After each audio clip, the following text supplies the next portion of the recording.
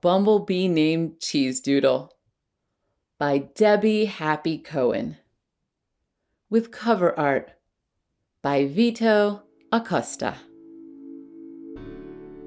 Once upon a time, there lived a little bumblebee who had a big problem.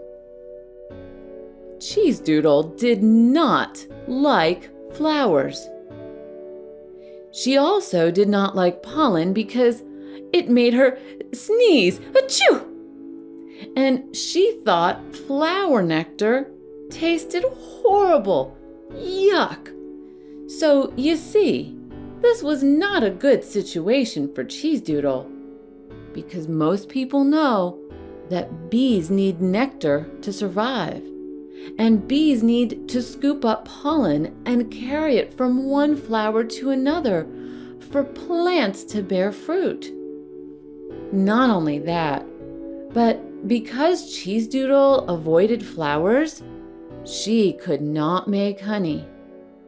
And this meant that she could not join the rest of the bees in doing their work. And maybe you've guessed by now, but her name was Cheezedoodle because that is the only thing she loved to eat. Have you ever heard of such a thing? A bee who eats cheesedoodles? You're probably wondering, where did she find such a treat? Well, she'd regularly find them on plates of leftovers belonging to Tommy, a little boy who lived on the third floor of a nearby apartment building. Cheezedoodle would wait every day for Tommy to leave his plate on the table near the window.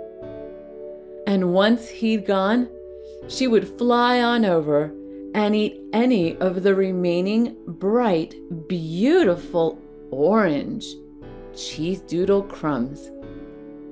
Oh, how she loved them! And she would finish them off with a few dainty sips of water. Then she would burp just a little. Now, really, who ever heard of a burping bee?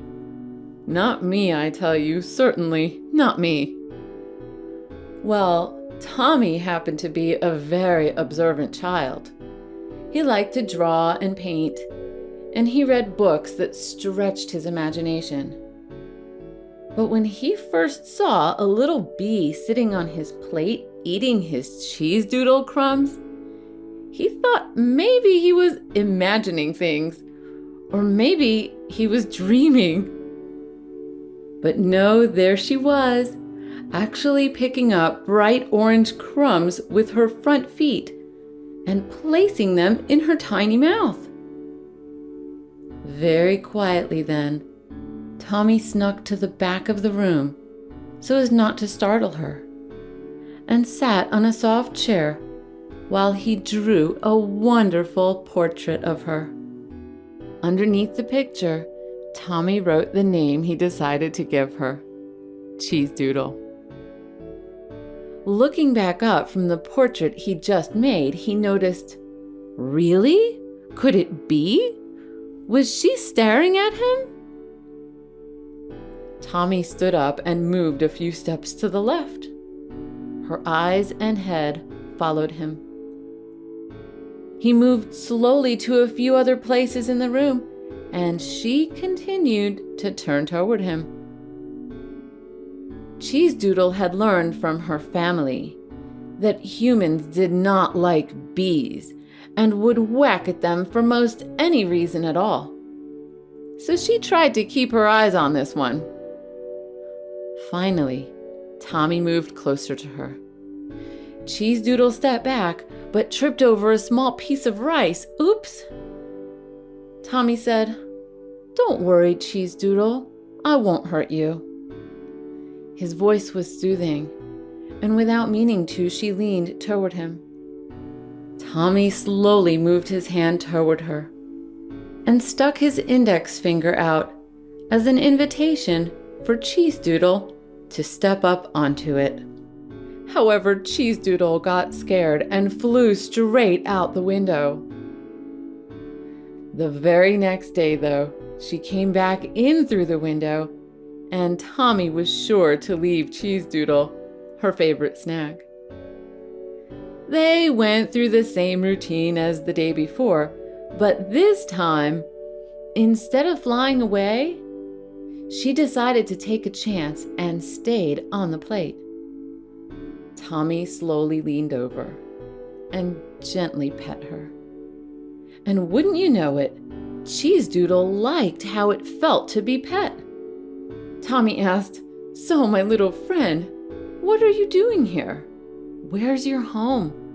And more importantly, don't you have any flowers where you live? I've never seen a bee eat Cheezedoodles before." Cheezedoodle buzzed in response by flapping her strong wings. Then she landed on the sleeve of Tommy's arm, and they hung out together for the rest of the day. Cheezedoodle watched as Tommy did his homework, folded laundry, and painted imaginary rivers and streams.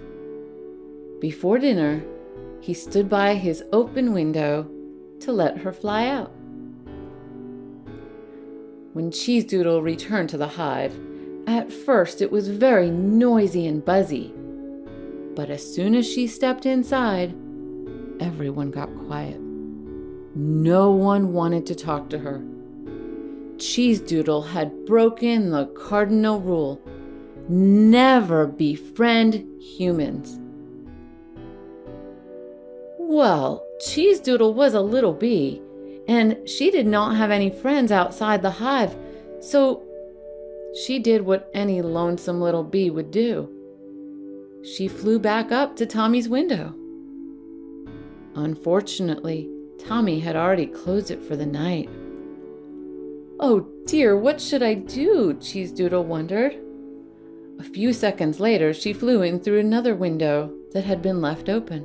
Suddenly, a woman started to scream. Then her husband tried to whack Cheezedoodle with a rolled-up newspaper. In a flash, Cheezedoodle quickly flew out, just as they slammed the window shut. She thought to herself, "Now what can I do?" Cheezedoodle looked up at the moon and felt very sleepy. She flew back to Tommy's window and sat in a flower pot of marigolds just outside his room. 2 seconds later, she sneezed. Choo! The next morning, when Tommy opened his window to greet the day, he saw Cheezedoodle lying on the dirt inside of his flower pot. He leaned over and pet her, but this time she didn't move. He went inside and brought out a water mister and gently sprayed all around her. After a few moments, Cheezedoodle began to stir. She sneezed loudly before climbing onto Tommy's finger. Achoo! And from that moment onward, Tommy kept Cheezedoodle close by him. That night, he made a little bed in a little jar just for her. Then Tommy fed Cheezedoodle her favorite snack food. The two of them eventually learned to communicate with each other. For example, Cheezedoodle learned to buzz her wings once for yes and twice for no. And Tommy learned to ask good questions that made it easy to answer with a yes or no. They both loved listening to music, and Cheezedoodle loved Tommy's paintings, except the ones with flowers. Even looking at those made her sneeze. Achoo! So Tommy painted jungle animals for her instead. Once in a while, some of Cheezedoodle's family would peek inside Tommy's window, and they would shake their heads, first in fear, then in amazement, and finally in wonder. And some of the younger bees saw that bees and humans could get along, and some of them even realized it was like any good friendship. You just have to pick the right one. It didn't matter if you were a bee or a human. It only mattered that you liked each other's company. And Tommy and Cheezedoodle, well, to this day, they are still the very best of friends. The end. A Bumblebee Named Cheezedoodle was brought to you by GetFairyTales.com, where we are creating a new world, one audio at a time.